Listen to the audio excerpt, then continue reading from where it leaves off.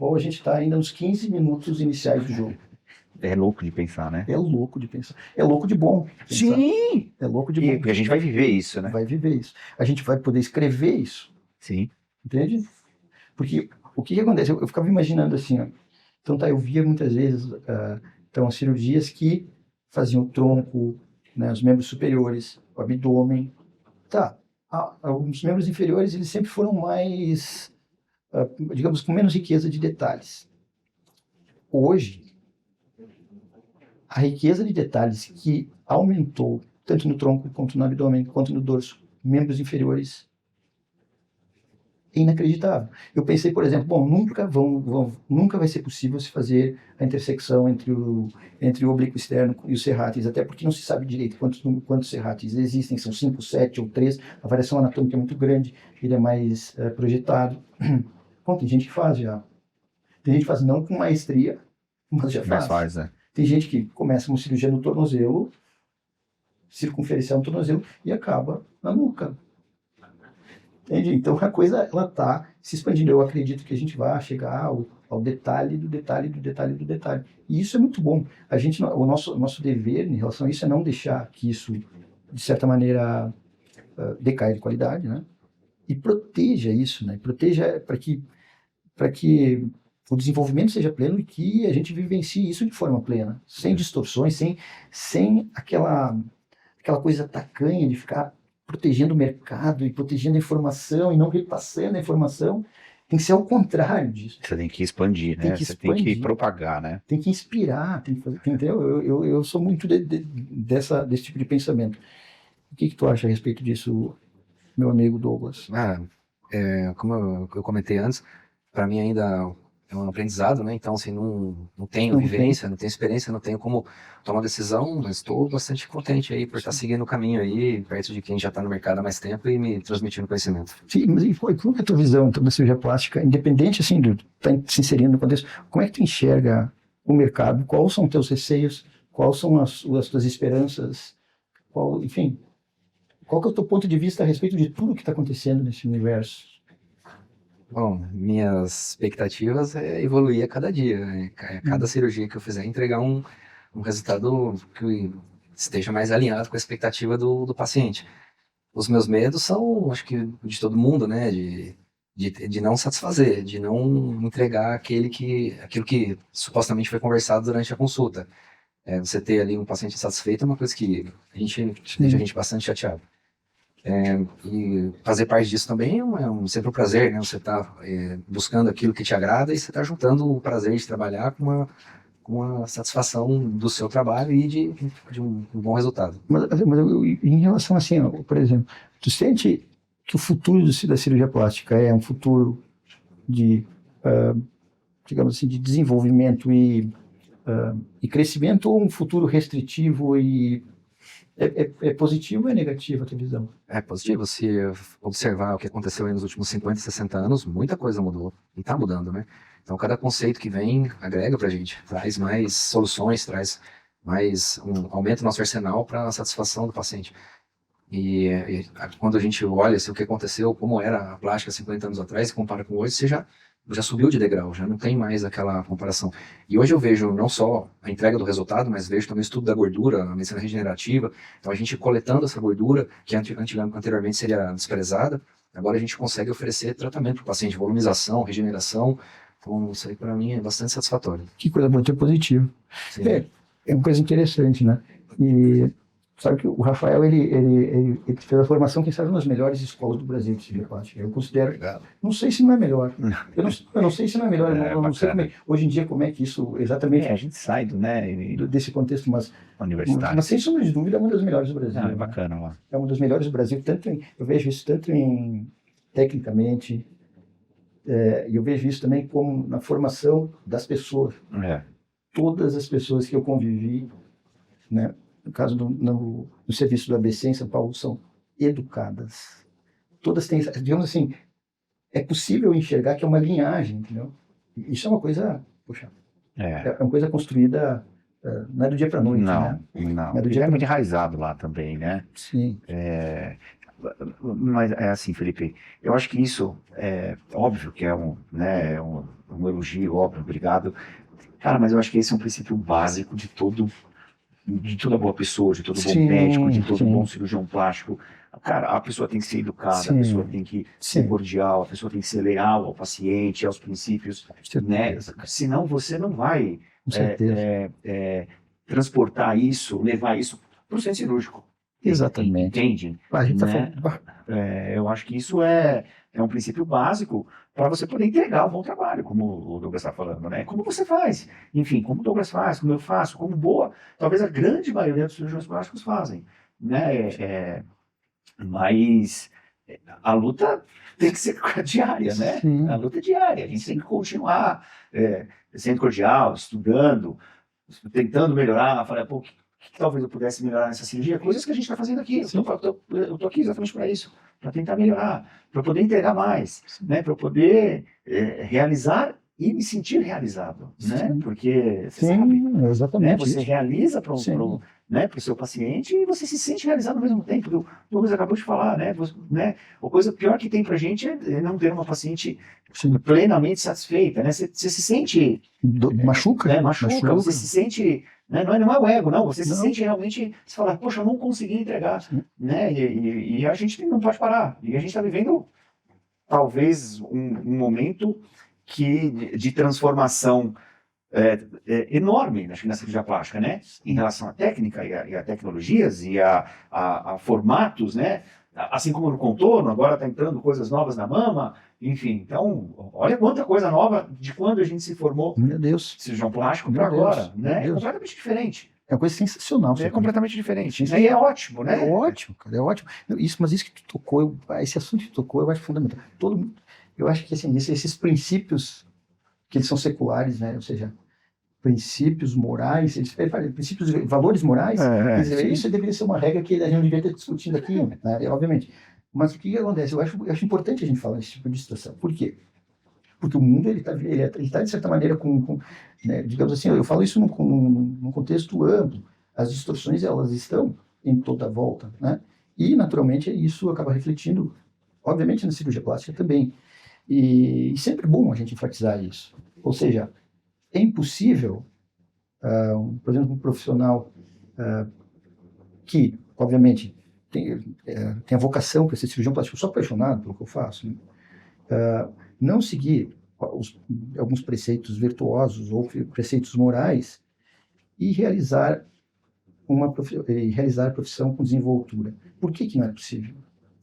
Porque esses valores fazem com que a gente não ultrapasse linhas, ou seja, que a gente não necessita saber que elas não precisam estar escritas para sabermos que elas não podem ser ultrapassadas. Exato. E, dessa forma, nós, digamos assim, estamos fazendo algo virtuoso, obviamente, dando o melhor que podemos fazer e, como recompensa, muitas vezes virando o reflexo da plenitude de quem vem nos procurar, que é algo sublime, que vale mais do que qualquer tipo de ganho, né? Quando alguém ultrapassa uma linha dessas, é como se desencadeasse um efeito em cascata, entende? Porque ele automaticamente não vai ter freio para conscientemente ultrapassar, se for necessário, outras linhas, e necessariamente ele não vai estar fazendo com o coração aquele ato que é mais sublime do que um ganho específico, né? Então, esse tipo de situação eu acho muito bom enfatizar. Eu gosto muito desse tipo de tema. Mas, e o teu ponto de vista a respeito do futuro? O que tu acha que ele é um ponto de vista positivo, negativo, neutro, um ponto de Você fala de maneira da cirurgia plástica geral. Isso. Eu acho que é positivo. Eu sempre penso positivamente, né? Eu acho que eu sou um cara positivo. Sim. Nunca sou pessimista, sou otimista. Somos dois. E a gente tem que fazer fazer acontecer o negócio. Você também não adianta ficar sentado na cadeira, deitado no sofá, que a coisa não vai acontecer, né? É óbvio que coisas estão acontecendo, a gente sabe, a gente vê na mídia, enfim, outras especialidades entrando dentro da plástica. Sim. E eu acho que isso tem que ser discutido, não tem que ser vetado nem liberado, eu acho que tem que ser discutido, né? A discussão, né? A conversa, eu acho que é o importante. Mas eu sou super otimista, eu acho que o Douglas falou, a cirurgia plástica, ela vem evoluindo em qualidade, em técnica, em quantidade de pessoas, ela está mais, ela tá se abrangendo infiltrou mais. mais, ela está mais acessível, ela está mais, À disposição de à quem disposição, necessita, né? exato, né? As pessoas conseguem, ela está mais palpável para as pessoas, né? Ela está mais perto para as pessoas. E eu acho que isso é ótimo, é muito bom, mas eu continuo achando que o treinamento, as escolas de uma maneira geral, as residências, né, enfim, os estágios, eles têm que ser muito bem montados para entregar esse profissional para a população. Porque queira ou não queira, o cirurgião plástico é formado dentro da escola, enfim, do local que ele fez a especialização dele, né?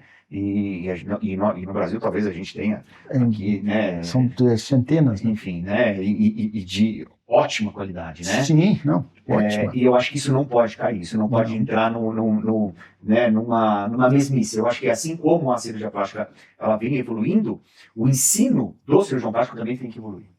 Mas a gente pensa igual, Né? A gente pensa igual. Porque não adianta você ensinar uma cirurgia plástica que era ensinada há 30 anos atrás. Não adianta. Porque ela não é atual. Não é atual.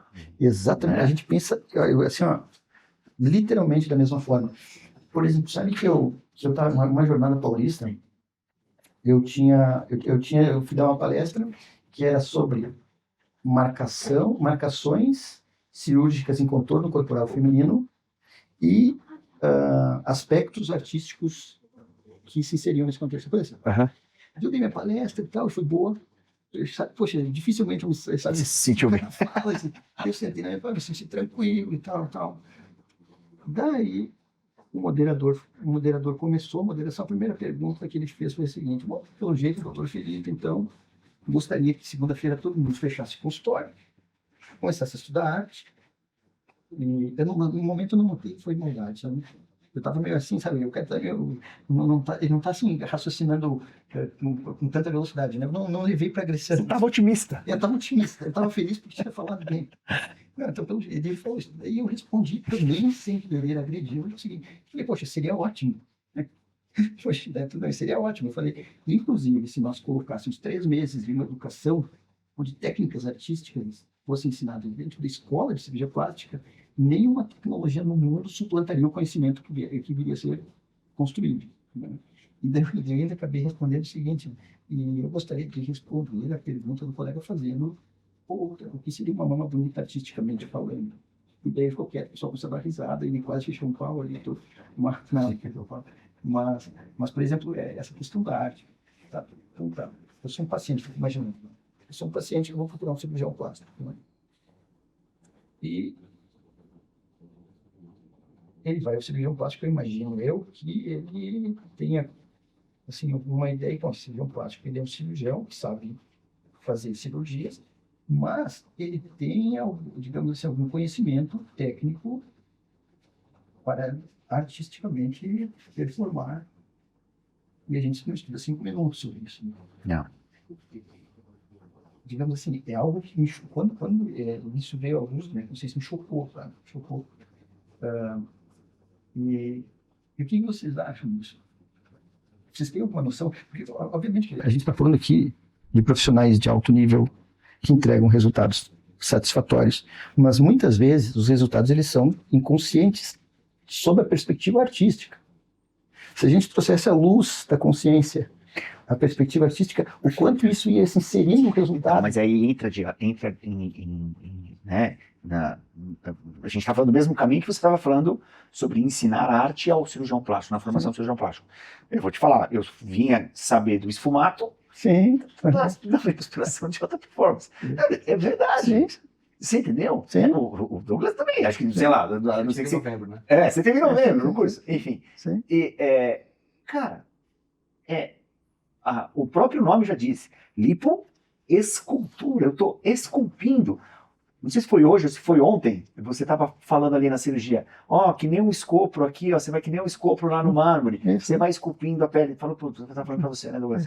Falando, cara, é você transportar a escultura para o corpo humano. Exatamente. Então você tem que ter esse conceito de ponto de luz, de sombra, de área negativa, área positiva, do degradê, enfim, mas do esfumato, e Exato. outros conceitos, Entre outros, sim, inúmeros. né?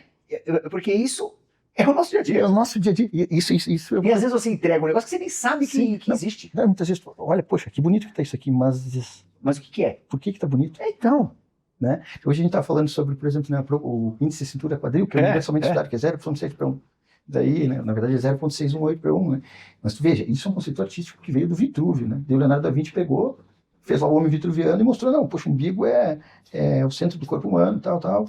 E há 2.500 anos já se estuda isso, que essa proporção, ou seja, esse índice cintura quadril é inconscientemente, digamos assim, quando olhamos uma pessoa que tem uma proporção, uma mulher, no caso, que tem uma proporção da cintura de 0,618 para 1 no quadril, de quadril. a gente pensa, que bonita essa mulher. Sejam mulheres ou homens olhando, entende? Tu veja, então isso veio do Leonardo da Vinci lá, né?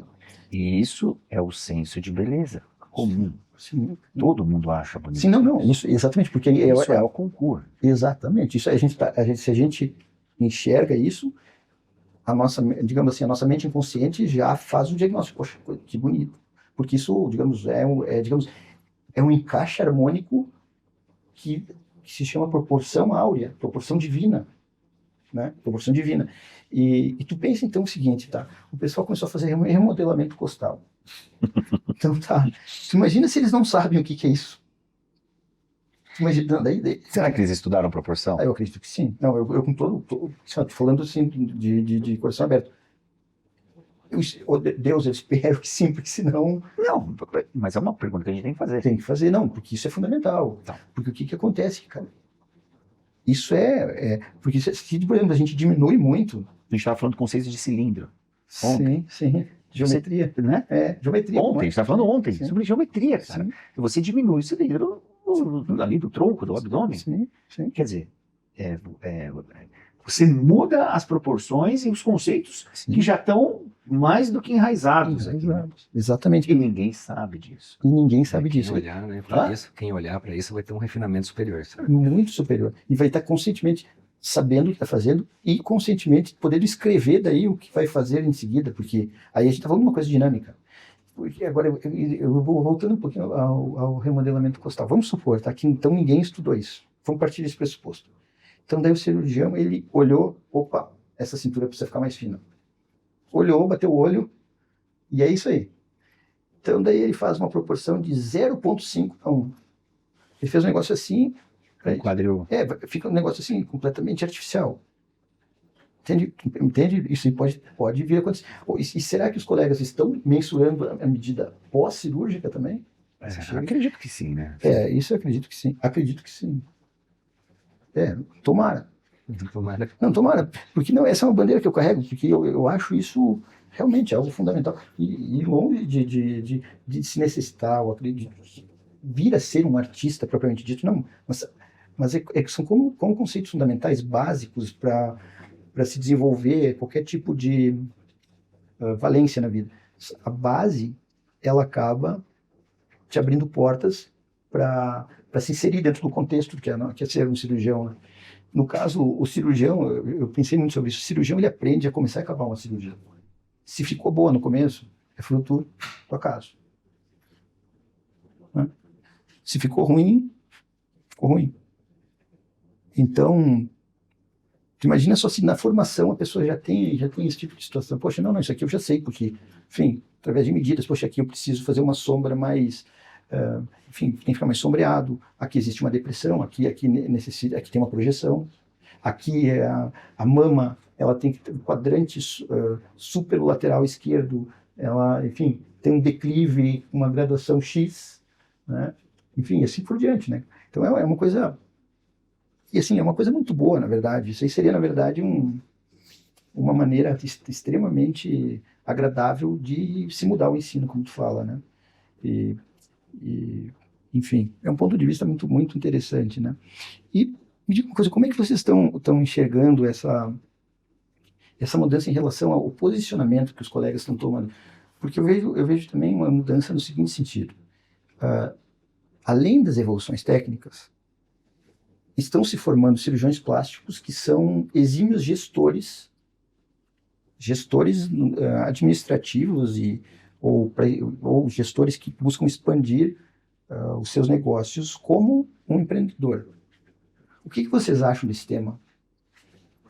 Eu acho que, independente da profissão, empreender é fundamental para o desenvolvimento pessoal.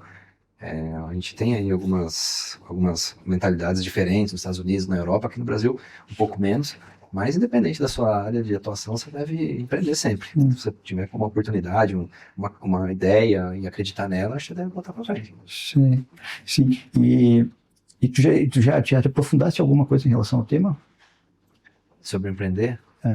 Sobre gestão, Eu já empreendedorismo. tive várias vontades, assim, várias ideias, mas não pus em prática, né? Sim. Eu queria mais, Sim. aquela que me atraiu mais foi a minha formação pessoal. Sim. Daqui pra frente, pode ser que alguma coisinha venha.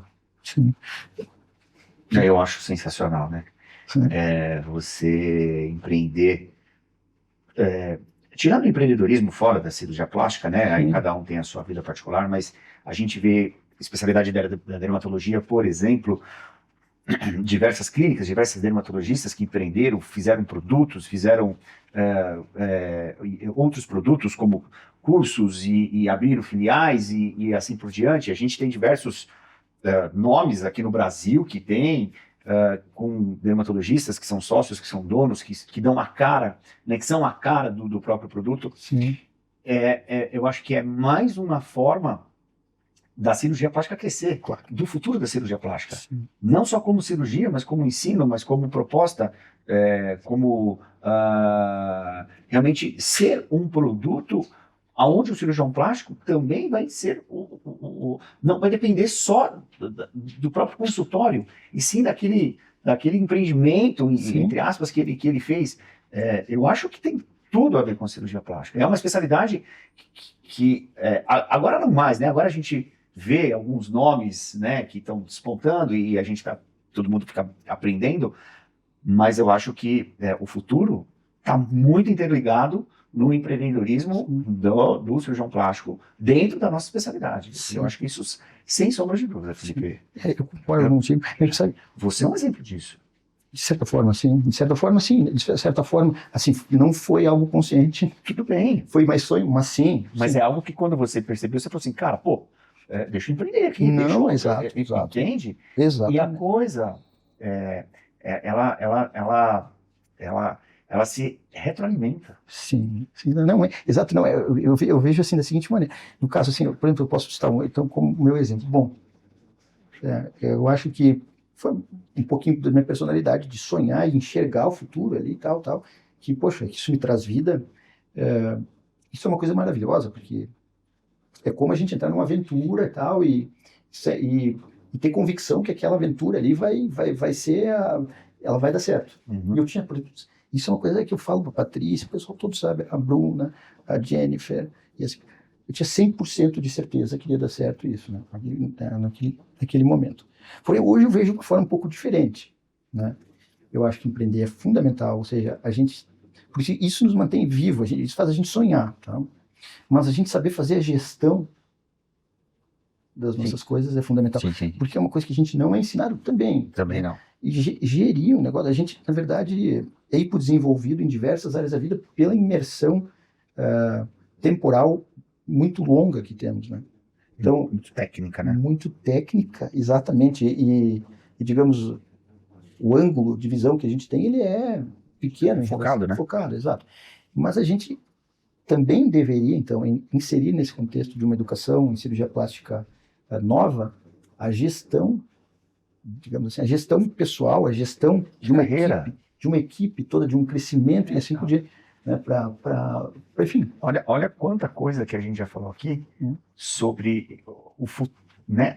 Não falo nem o presente, o futuro. O presente da educação do cirurgião plástico, Sim. né?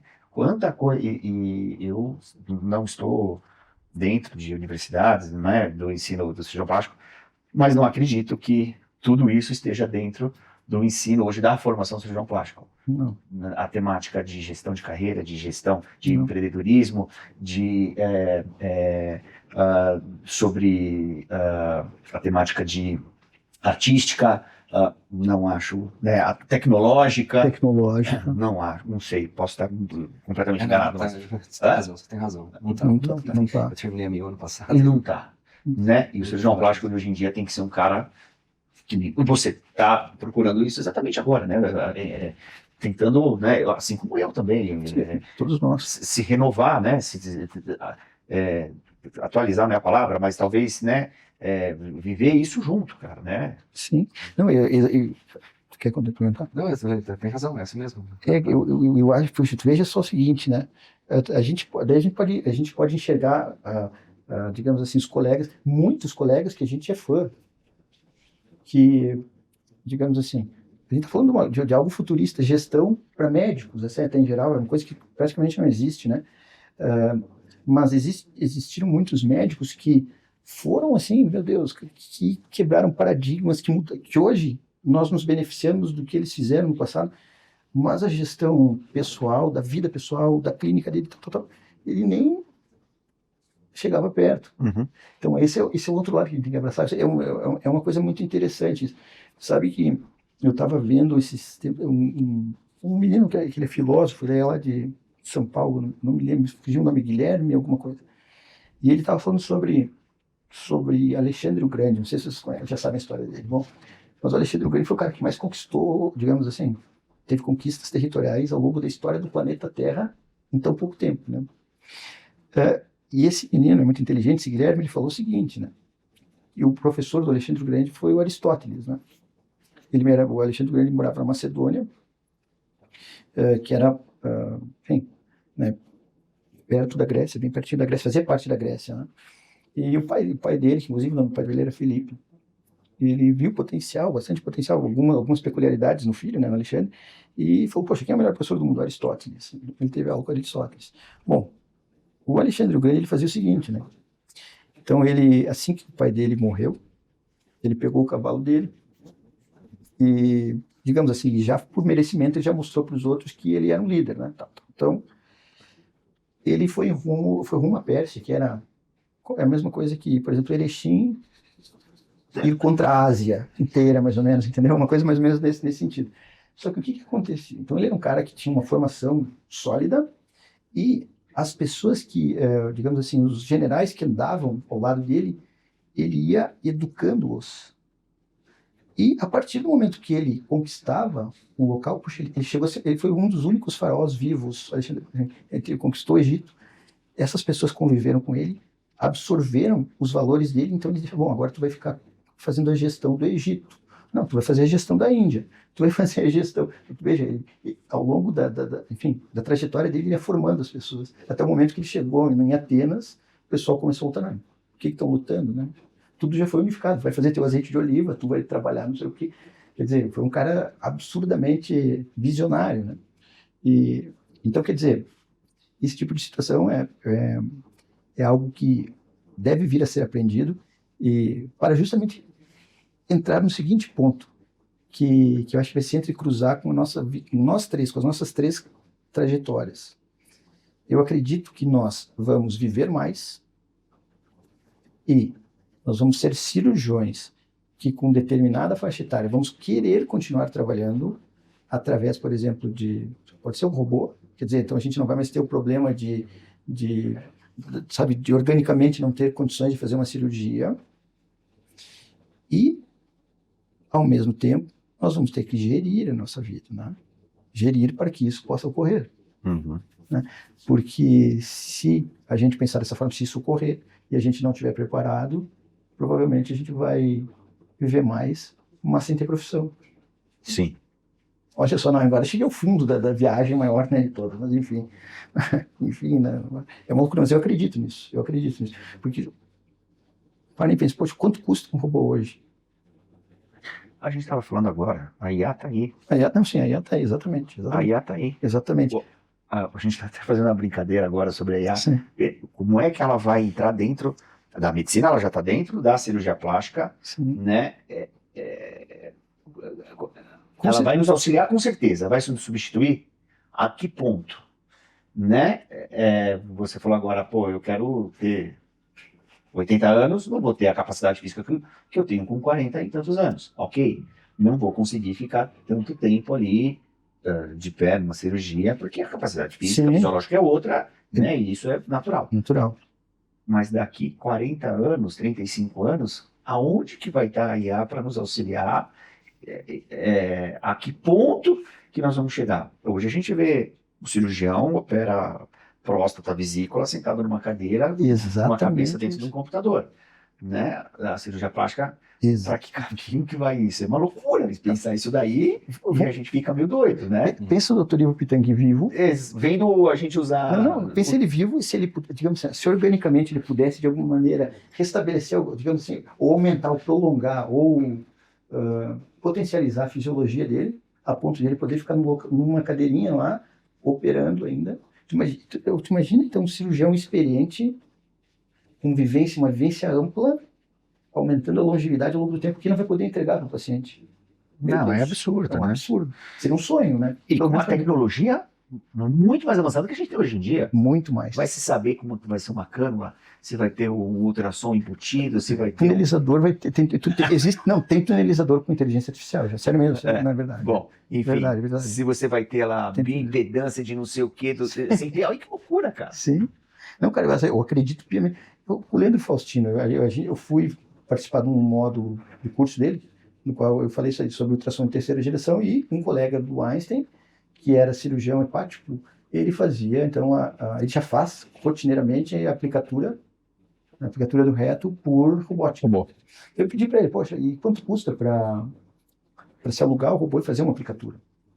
Ele custa, volta de R$8 mil, né, tu aluga o robô. Tá. E a formação, e como é que é o treinamento para ficar proficiente em robótica?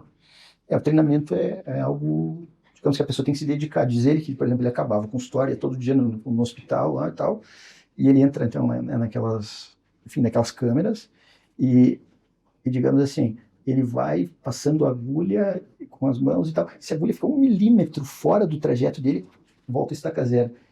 E esse treinamento se repete até ficar automatizado no cerebelo.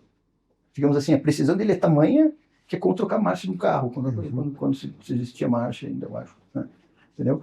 Então, poxa, mas já existe isso, né?